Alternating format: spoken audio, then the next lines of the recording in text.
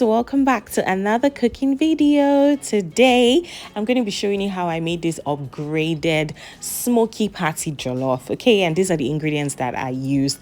Here I was showing you my already seasoned beef. I'll show you in a minute what I used to season and how. Here I have my tomatoes, my pepper mix, which I'm going to be grilling very shortly as well. I also have my bell peppers, which I'm going to be using for garnishing the beef, my meat stock, my bay leaf, some seasoning that I'm going to be using would be some onion powder, some ginger, my jollof mix here. I also would be using my Spice City seasoning.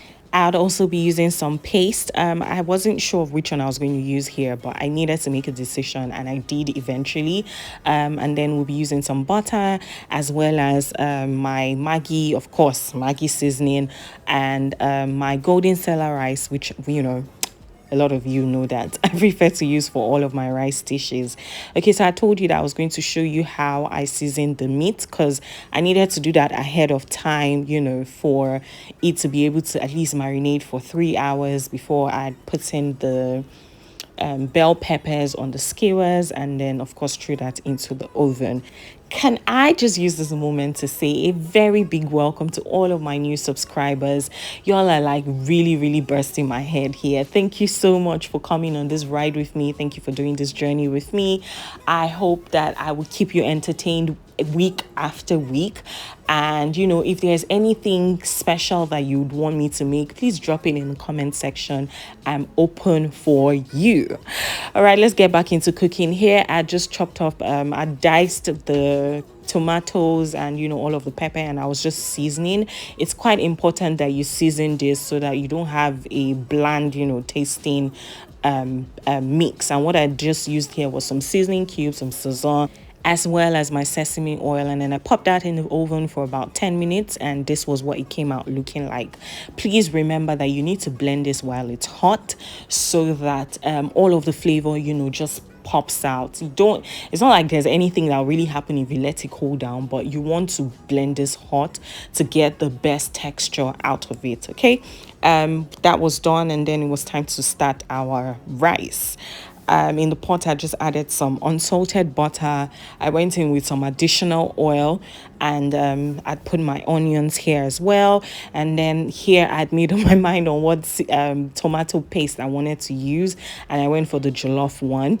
I'd also added my Gino paste, the one in the tin, and then just give this a very good stir. Please, you want this to cook for at least, you want this to fry for at least 8 minutes so that you don't have that slappy taste. Okay, and then I put my curry, my thyme, my bay leaf, and I was just pouring in my tomato mix here. I put all of those early so that they could release the flavor into the tomato mix, as against putting it maybe when I'm about to put the rice, right? And while that was cooking, I decided to start with my beef. This had marinated for about 3 hours prior to this time. So this was me just showing you how I went about it. I'm going to be using some skewers. You can really, if you don't have skewers, don't kill yourself. You can just pop this in the oven as it is. Okay, me, I was just looking for extra serene, and I wanted to make it look like a proper steak, right? Or yeah, steak as it were.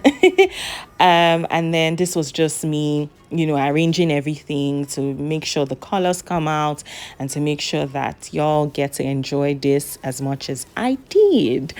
When I was done with that, I put it in the oven and I cooked for about 30 minutes, or cook until your beef is soft enough to come out. Okay, and then I'd come back to my tomato mix, and I just popped in here some seasoning cubes, some onion powder, the Spice City mix that I was going to use, and then ground ginger.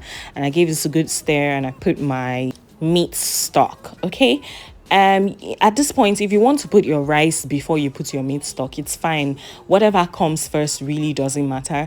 What you're trying to do is build your flavor and just make sure that your food comes out tasting nice. Okay, so I'd gone in with my rice here, And remember that this rice doesn't really need a lot of water, so as little as possible, maybe just like I always say, 2 cups of water to 1 cup of rice. Yeah, give that a good stir and cover with foil paper, because you're going to put this on like super low heat. Yeah, and then allow to cook.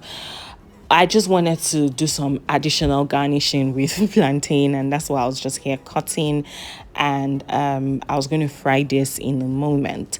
Make sure you remember to come back to your rice as often as possible, as often as every 5 minutes, really, so that you can give this a good stir. Turn from